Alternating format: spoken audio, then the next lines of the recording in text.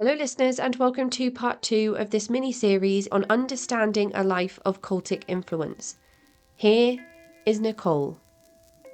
So, there's no time here for anything else. You're not making plans with people outside of this environment to go to the pictures or go out for coffee or food or whatever it is the kids do these days. Not much, especially me, because yeah, I was probably more dedicated than some of the other students. I was a straight A student, and I was also sold out for Jesus, as we said in the day. So I had a reputation for being a goody two shoes. Okay. And Yeah. I wonder if that comes from your struggles to find a place where you felt like you fit in, like some of the other children may have seemed like they fit in. Maybe I have talked to, some of the other students, and they were going through a lot of what I was going through. We all felt, except for maybe the small group of popular kids that sort of they were able to compartmentalize all of this, and they did, go out and do normal teenage stuff.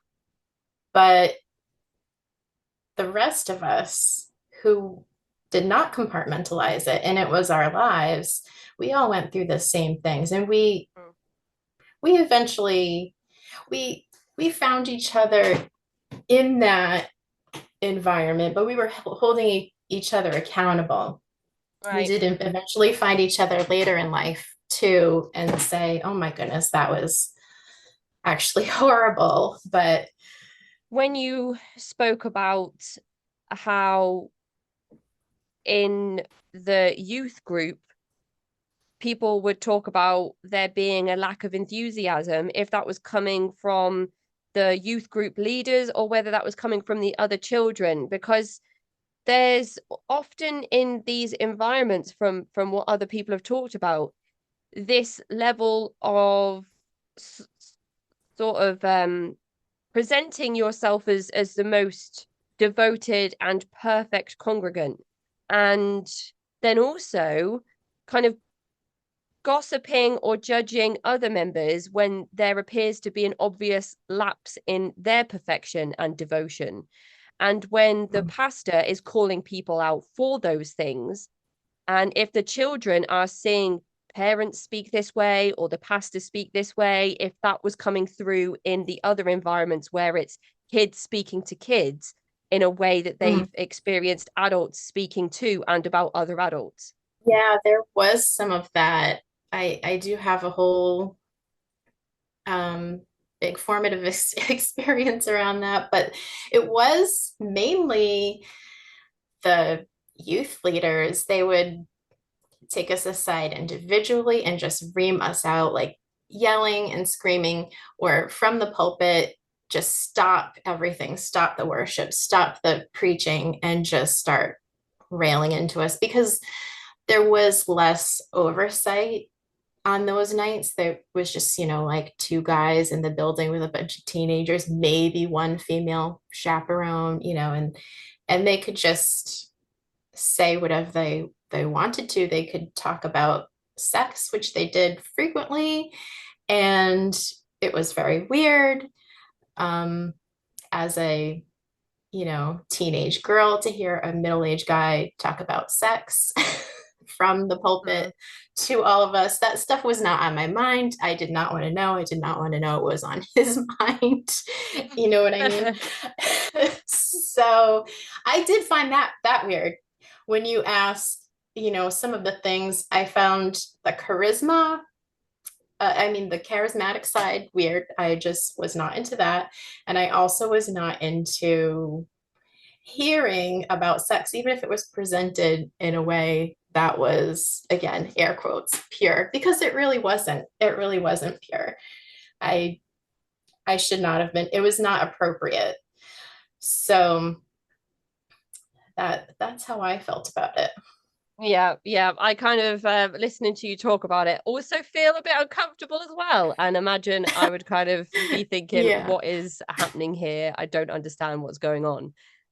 In terms of the restrictions that are placed on individuals inside this environment, it's clear that there is a restriction on your leisure time, or an expectation for you to restrict your leisure time and dedicate most of the free time you have, or all of your time, to this particular ministry. Were you expected to dress a certain way within inside this group? Yes. We were all supposed to dress modestly, but that was focused on females. So in school, we we had an extra dress code, and we were supposed to wear long loose skirts, hosiery, and low-heeled shoes, which you can see in that photo that I sent you. I And then do. the grown, yeah, it's so typical, right? And then the women in ministry, the older women that were in the music ministry, for example, they had to dress similar, but it could be a little bit sexier. So, it could be colorful, more form fitting, go just below the knee, and which I think we could do too, but we couldn't find any skirts like that. And higher heels, but yeah, modesty was big. And we were also heavily discouraged from pursuing an outside education. So when I decided to go to a different Bible college, not the one that was run by my church, I turned a lot of heads and ended up rocking the boat. Several others had tried to go to Moody Bible Institute, which, as you know, is very fundamental. And they came back and testified basically that nowhere else on earth taught the truth like it was taught here at our church. So I'm not sure what happened there, but it after a while it felt like a performance. It felt like this thing that you were supposed to do. You were supposed to come back and testify. There's no place like this, you Overselling, know? overselling. Oh, okay. When you Yeah, when you go to all of these services, these midweek services that you don't have to go to, but you do have to go to, is yeah. there tithing expected at every service you attend? Oh, so yeah, tithing is an interesting subject because this church, I think the catalyst for it being exposed in the greater evangelical community, which is saying a lot, right? They mishandled money. And yes, we were supposed to tithe. I don't think it was at every service, but it was 10% of our income. If you were one of the good ones, like me, um, I don't, I mean that in the view of the church.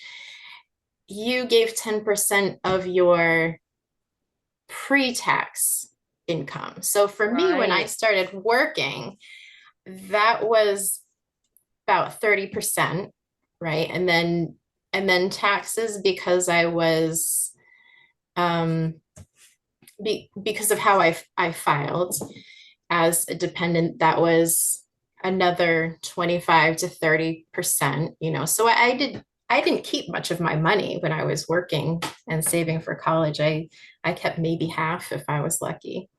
So yeah, but the one of the accusations against the pastor, which he admitted to, so we can presume it's true, was that for a time he would peek and see who was tithing and how much, and he would sort of kiss up to those people that had larger incomes, including the baseball player, people who owned businesses. And yeah, he kind of built various circles of loyalty um, and filled it as much as he could with people who had needs. Right, right. So there's definitely an agenda there, I would say, in terms of the strategies being used to cozy up to the people that could financially support his mission more so than others, which is kind of an interesting thing to think about because is somebody with less money worth less in the eyes of Jesus Christ or God? And I mean, that's an impossible question to answer, but it's just one to put out there and say, like, if you're truly taking the positive teachings of the Bible and applying them to a ministry, surely everyone is supposed to be equal if they're following the rules of the Bible. And some of those rules don't Yeah. state the more money you give, the purer you are, the closer to God, and so on. So that's interesting. Yeah, there were a lot of opposites. One Mm-hmm. of the first lessons that I learned in life when I looked back on my experience was that wasn't love. And I learned love from outside sources. So that was the Yeah. biggest one. Often it's kind of like faux conditional love. Like Mm, you are as a family accepted into this space, and shown certain types of congregational affection as long as you're doing these things that are expected of you, which at most times are impossible expectations.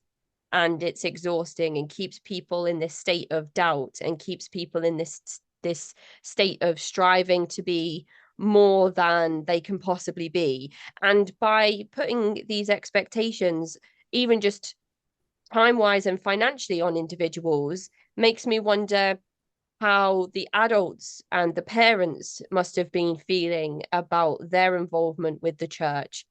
And does it give capacity to even consider what the children are experiencing?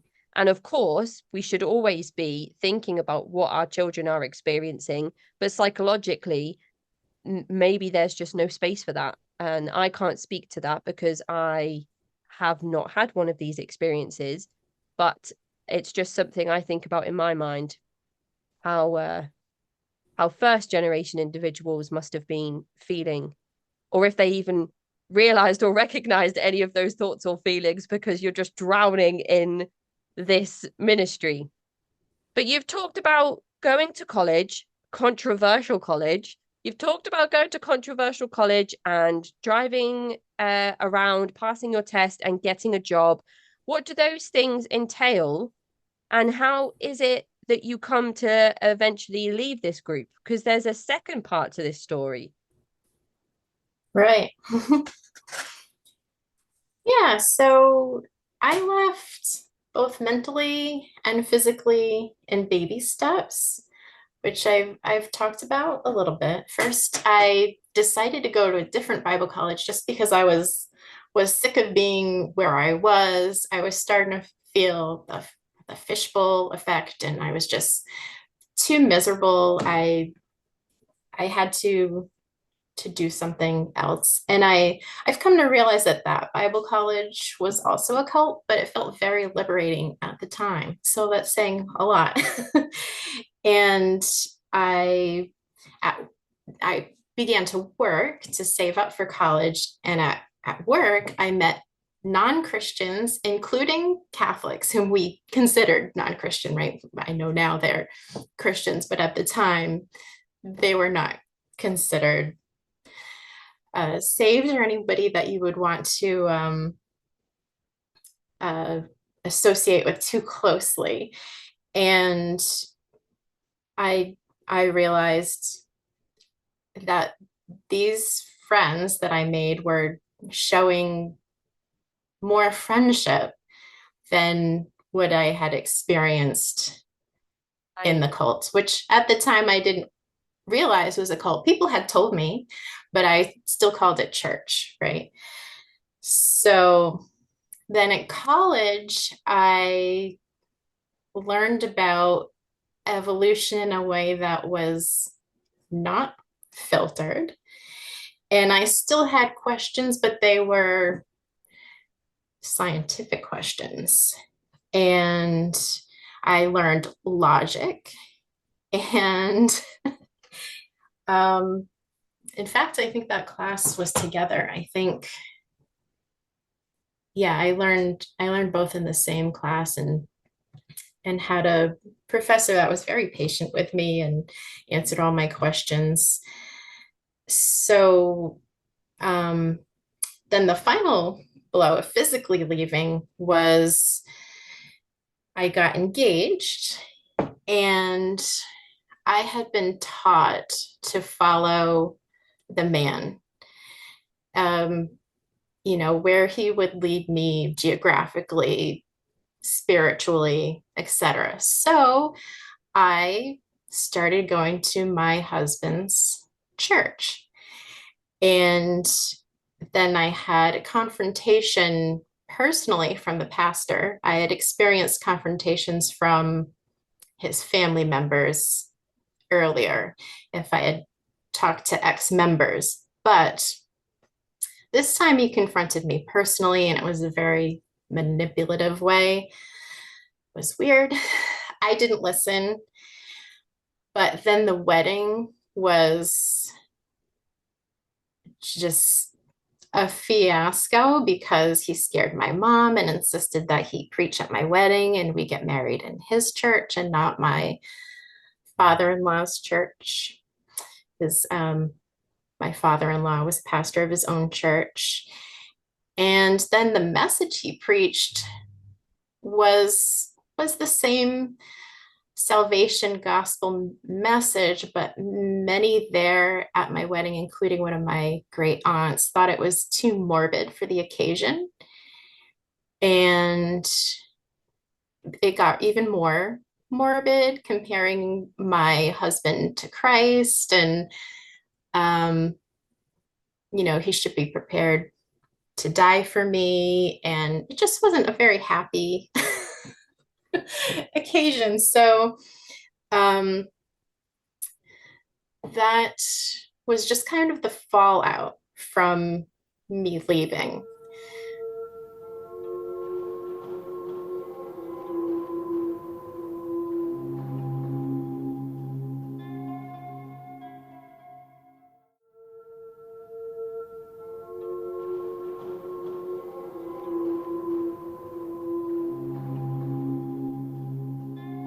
Oh, that sounds like your butt cheeks must have been clenched the entire day of just, when you're just when you're sitting there listening to somebody talk about things that make you feel so uncomfortable that your butt cheeks are just clenched and you can't do anything else. And this is your day and he's made it about him. He's made it his wedding and he's clearly either threatened or trying to measure up to your father-in-law or prove some kind of point against somebody else who is also a pastor working in the religious space.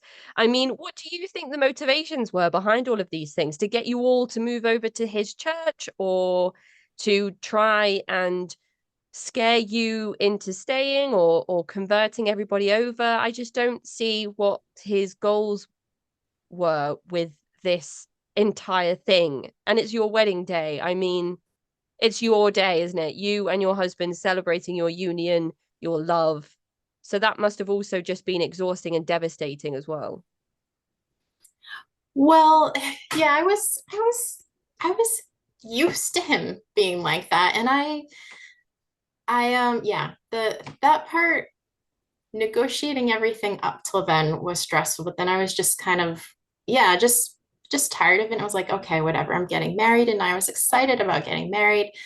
But his motivations, I think, were all of what you said. I think he did feel threatened. I think I have seen competition from him before. I've seen him poaching members from other churches. Yes, he expected people to bring in their spouses and their families and stay because possibly that meant more money if families stayed there for generations, you know. Have you renewed your vows or anything since and kind of had a redo of that whole day? Not yet. We've talked about it. You need And to, you need honestly, to. yeah, Yeah, that would be beautiful yeah. without any interference from kind of big bally men. Yeah, and we're lucky to do that. I've heard from other people that he's ruined funerals.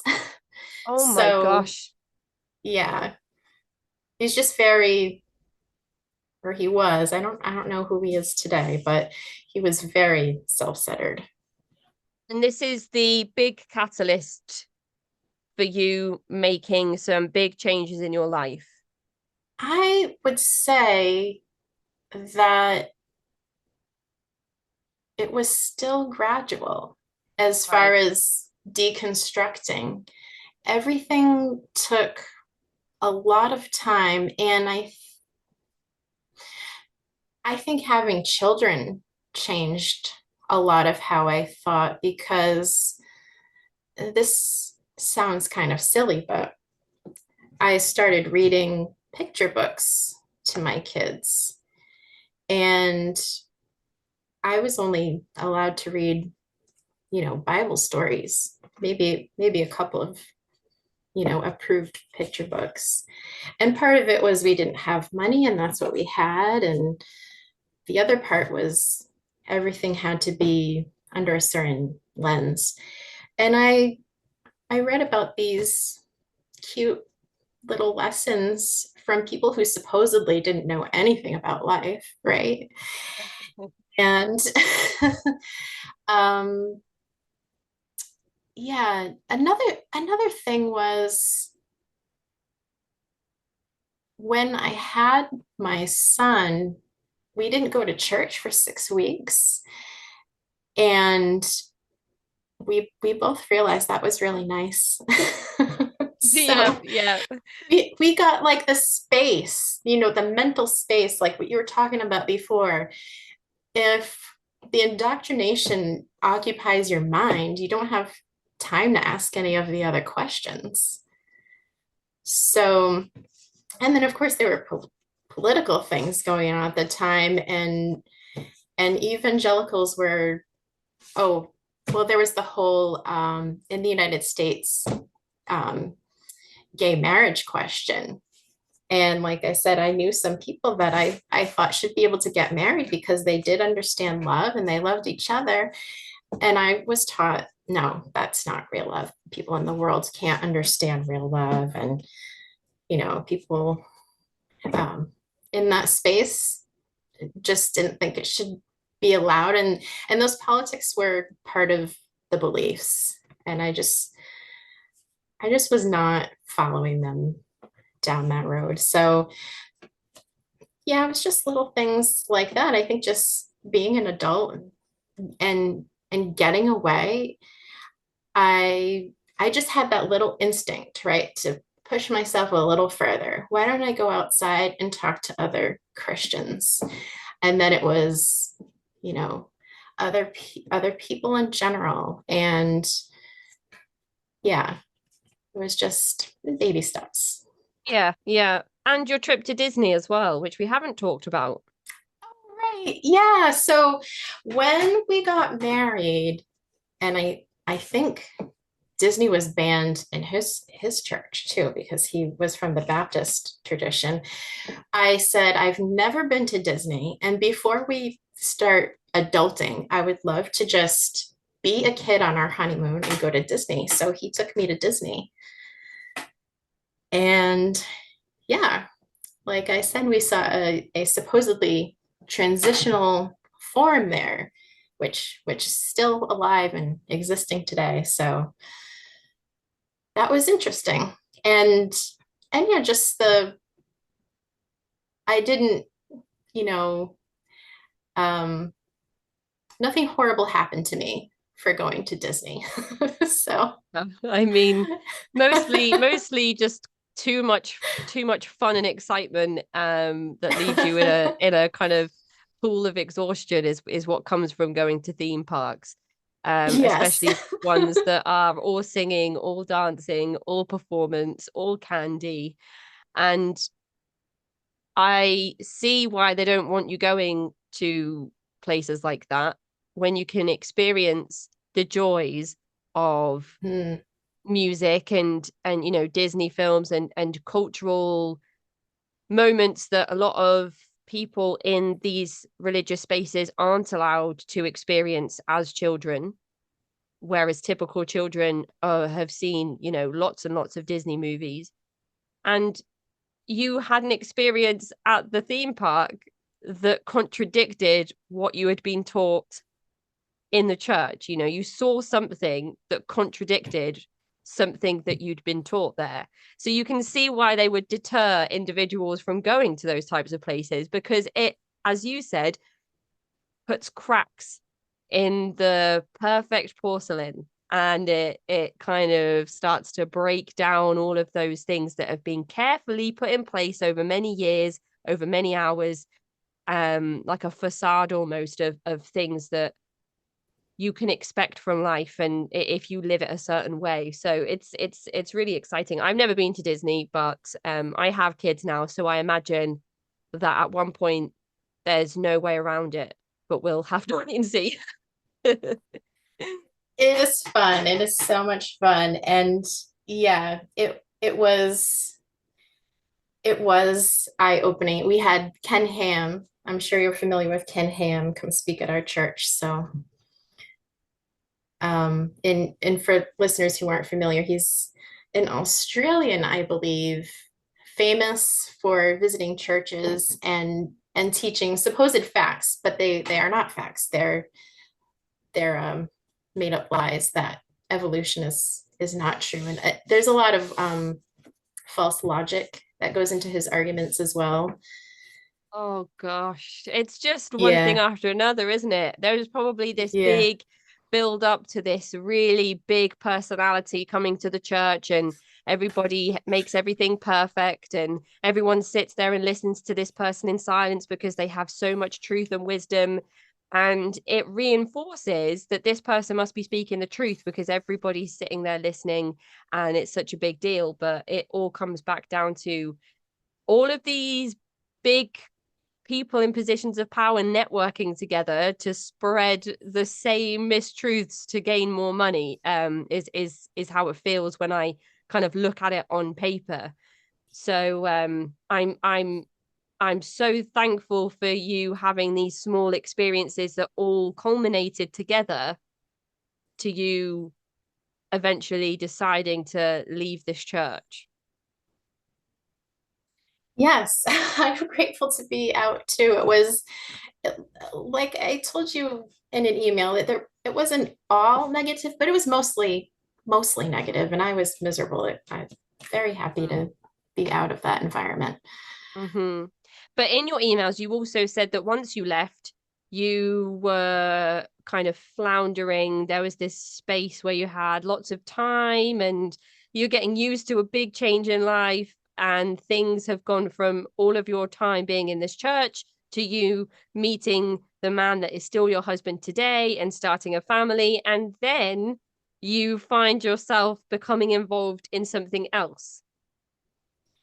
Yes, yeah, because I was still a stay-at-home mom and um, sort of living parts of the lifestyle that I was raised to be in. And yeah, I was just looking kind of exploring, I guess. And yeah, I ended up in this other strange group. And How did you first come across this group? my friend from a similar background as me had found it, and I just followed her into it. And this group built itself as, the the region's top dance company, of a certain style. And I think that's typical in advertising, but I think it's also interesting to note, to put in context, that I came from a church that claimed it was the only one preaching the truth with a capital T, Mhm. right? And into this group that was very particular about how things were done as well, and claims that it was, you know, the top one. So I thought that was interesting. Is interesting. It is. And Yeah. your friend introduces you to this group. What's your first experience like the first time you attend this dance group? Oh, yeah. So that's a good question. I was hesitant at first. There were some weird vibes I was picking up on. I thought I noticed people sort of talking to each other on on the sidelines, or, whispering and giggling under their breaths during practice. And I was like, there's something going on here. I don't feel like it's a healthy environment. And I didn't know why, because I hadn't really been a part of any other groups. Um, not many, and particularly not girl groups. Um, yeah, so I was getting these vibes, but I thought it was me. I I thought, oh, there's something wrong with me. I'm just being, you know, paranoid. I just need to, get out of my comfort zone. That was always a big thing that was pushed in my cult, was getting out of your comfort zone. For example, soul winning. I was a shy person, and now that I look back on it, I also feel like there was a little bit of moral injury done there, to be pushy about my beliefs onto somebody else who I was supposed to consider a friend, right? And I wasn't viewing them as a friend. I was viewing them as a tool for conversion, for points, right? I Like they were part of my homework. So it was always this push to be out of your comfort zone, worship more exuberantly and loudly, and be more extroverted. So I thought, okay, there's something wrong with me, and I just need to get over it. So there's a chance that your experiences in childhood predispositioned you to ignoring warning signs when coming across another potentially destructive group. Certainly, yeah. And the biggest one was the self-blame that I had internalized. It's an all women's dance group. You go for the Yes. first time, and there are some weird feelings. Is there any aspect of love bombing, or is it just you go, you observe, and things are a bit weird? Yeah. Yeah. I don't think there was much love bombing. Um, yeah, I don't know if they did that to my friend. I was just kind of like tagging along, kind of like an add-on possibly. Um, so yeah, it was just like this I was picking up on some dissatisfaction. So, people didn't feel like they could talk about things openly. It was, yeah, just like an icky vibe. Right, right. And Yeah. how many times a week did you begin attending this dance group? twice a week. And then we had a gig or two on weekends. But we were expected to practice every minute of every day or encouraged. And again, me being me, I took that literally and I took all of the director's suggestions and I practiced while I was waiting in line. I practiced, with my feet waiting in line or in my head going over the steps during school pickups. You can still talk to my friends around my neighborhood and they will tell you all about my shuffling in the school parking lot. I went over the steps while I was falling asleep. I listened to music in the car.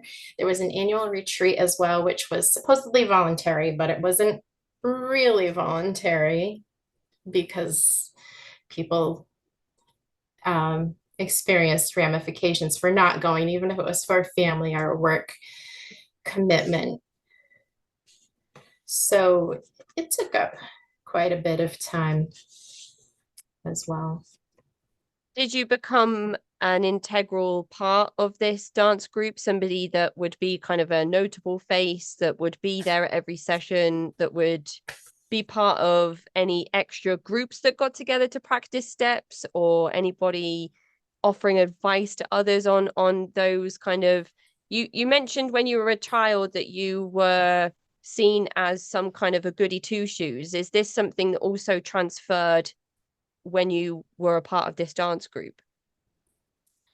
Oh, well, as to the first part, yeah, I did become an integral part of the group, I think. I ended up making my way into the full-time inner circle and sort of mentored the newcomers. I created like a welcome session and we had activities to make them feel like a part of the group. And um, we all helped audition. I was relied on to open the studio and close the studio, and the director wasn't there. I did put in a lot of extra practice compared to some of the other members. I kept doing the workshops and the classes.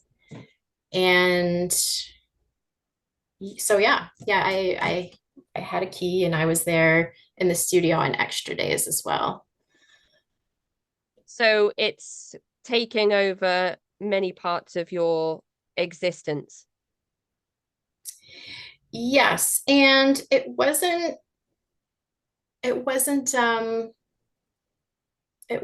discouraged, that there was this one time the director was sharing her dreams for the group and a couple of girls that were in the inner circle at that time were saying, well, I don't know if I want to spend all that time traveling the world. I've got, my family and my job. And they just told her. And she was not happy about that and reamed them out in front of all of us and saying, I thought that was, the point of all of this. And so yeah, it was a little more than a hobby. And we were supposed to get paid, but did not get paid much at all, if anything. And if we did, it went back into the studio somehow, usually. Do you pay So for the sessions that you attend?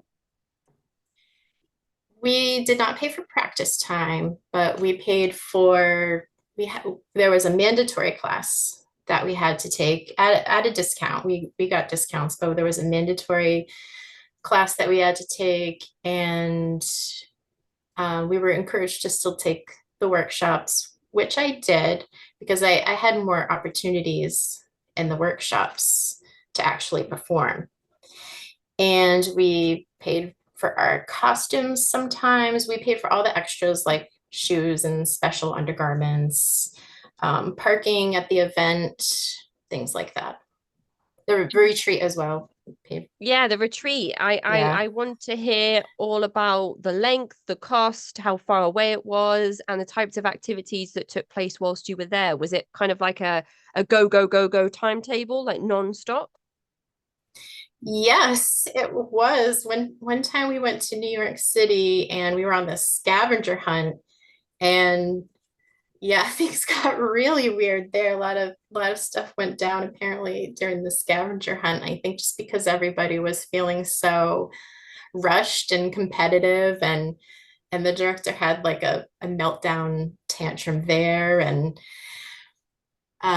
we went to a show, which is very interesting to me now after the news with Lizzo's group came out. Did you happen to hear that about I've heard Lizzo's that dance group?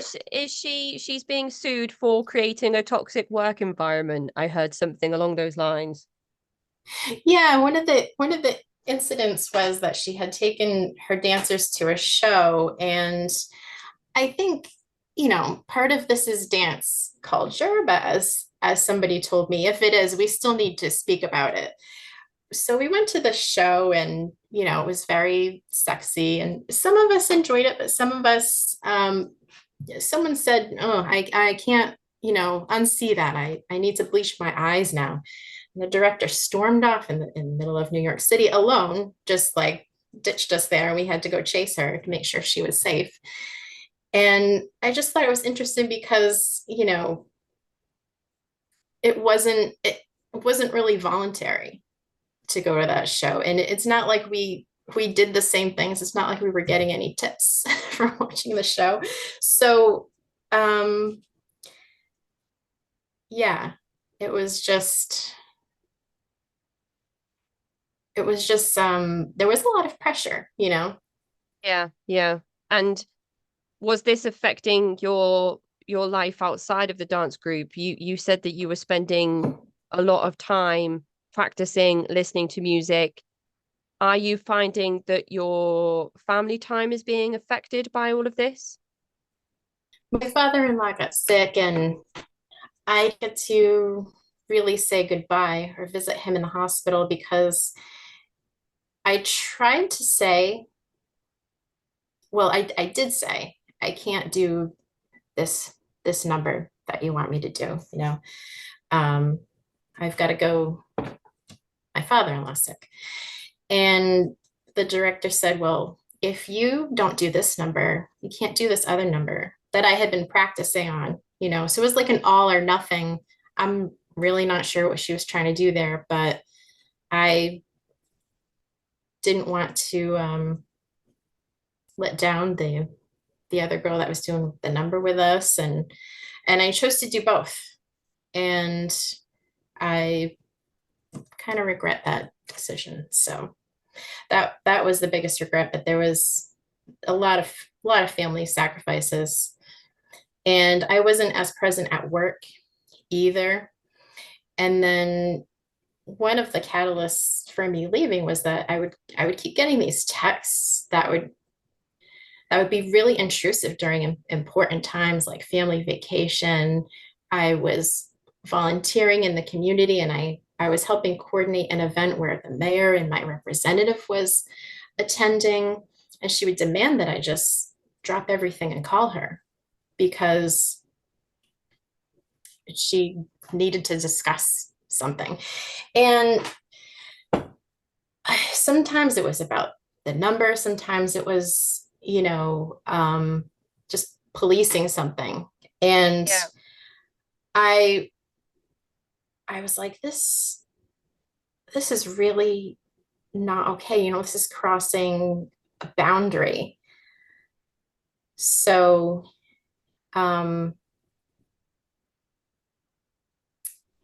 yeah, that was something that I got to talk about with some of the other girls, and someone else mentioned the word abuse. Mhm. And yeah, I started to think I had valid grounds for leaving, but I just want to say for any listeners out there, anytime you want to leave any group for whatever reason, even if it's not valid, you go right ahead. It can be for a quote unquote stupid reason. And that reason can be you just don't want to anymore, you know? So hard to think about that rationally in the moment when you have all of this pressure and this environment that you are in without the space again to think critically about those things though.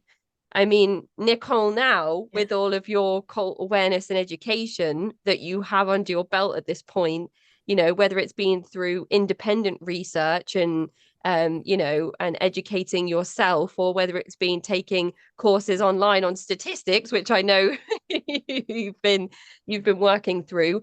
It must be so much easier to think about those things in hindsight. And I wonder if you have any small bits of wisdom to offer people who might not be able to just put those two things together in this current moment in time.